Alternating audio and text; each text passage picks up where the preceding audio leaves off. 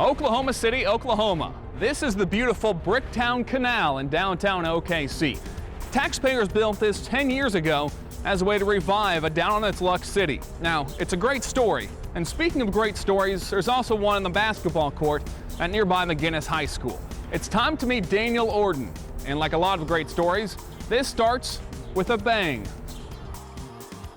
I think I did a dribble in and out move and a crossover, went by a guy, and it was the grand opening with the gym, so I mean, it was just something special. And then Billy Donovan, he was there too. Then went up to dunk it, and as soon as I got into the rim, it just came down with me. Everyone stood up and everyone just was like amazed and amazement right there. And I think my whole team, except for one person, stood up, which is I just thought it was pretty funny when I go back and look at the video. There was 48 seconds left and we never ever got a chance to play that, play that last 48 seconds, but it's okay. I mean, we were playing well at the time when it happened, so one of those things. I was just worried about, him being cut up, and he had to get 5 stitches in his hand because he tried to get up. If he'd have just sit there and let somebody pull him up, then he wouldn't have probably got cut, but he put his hand down right into the glass.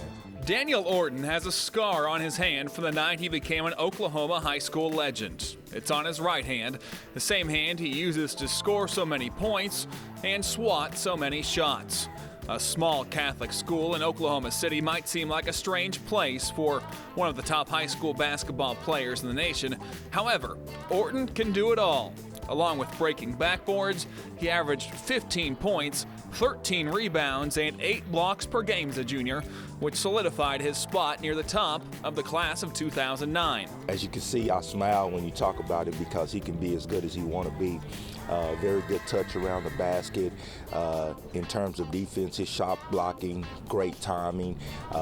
He's working on his shot, he's working on his body, he's trying to get stronger and things of that nature. But, in terms of his overall game, as he learns about the game more, he will be a really, really good player. He's 6'10", can shoot the basketball, can block shots, can dribble the ball, and this is all his strengths. Whether he uses it at that time or not, that's up to him, but those are his strengths. He can do everything.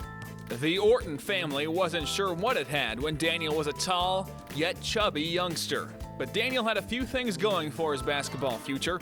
His father played in college, and his half-brother, Terrence Crawford, was a highly recruited forward who went on to play at Oklahoma State.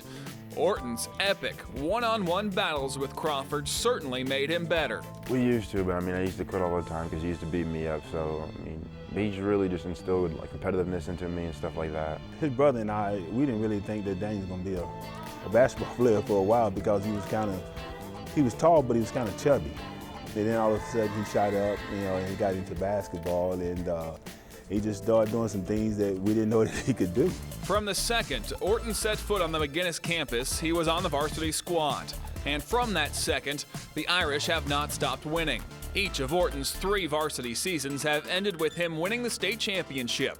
It's an impressive trophy haul, but not an unprecedented one in the Orton household. His brother also won 3, so Orton will carve his own legacy if he gets 4. And the first one was just amazing. It was a great feeling, but after a second after I got to get 3 more to tie my brother and 4 just to beat him. Orton's goals are still in play thanks to his ridiculous work ethic. He's a certified gym rat who's not afraid to break the bank just so he can work out. Daniel gets back in from when his time been out of town. And Daniel loves to work out. And he works out, he come back, he asks his mother, he said, "I'm going to work out." She says, "No, you're not. You need to rest." Daniel said, "I will give you $50, mother, if you let me go work out." I never heard a kid want to pay his mother to go work out. I actually did try to buy my mom, but she wasn't going for it. She just wouldn't let me go. Orton should probably hold on to his money. After all, shattering backboards might get kind of expensive.